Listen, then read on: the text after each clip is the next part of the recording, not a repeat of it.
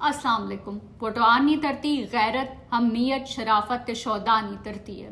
इस सोनी धरती की जुल्म, बर्बरियत, साजिशां ते शरारतां ना मरकज बनाई के सारी कौम ने मकबूल तरीन रहनुमा की कैद करन आले कन खोली ते सुनी गिनन।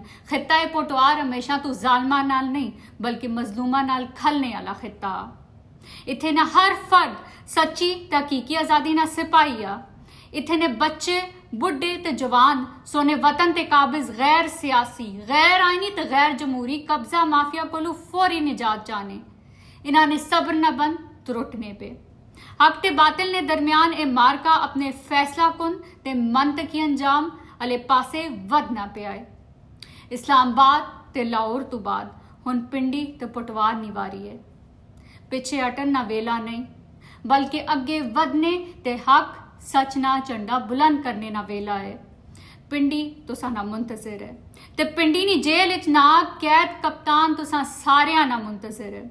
28 सितंबर की पूरे जज्बे नाल पुरअमन एहतजाज अस्ते निकलो ते पूरे पाकिस्तान ने नाल नाल पूरी दुनिया विच कप्तान ते हकीकी आजादी ने आवाज सारी रली ते बुलंद करो।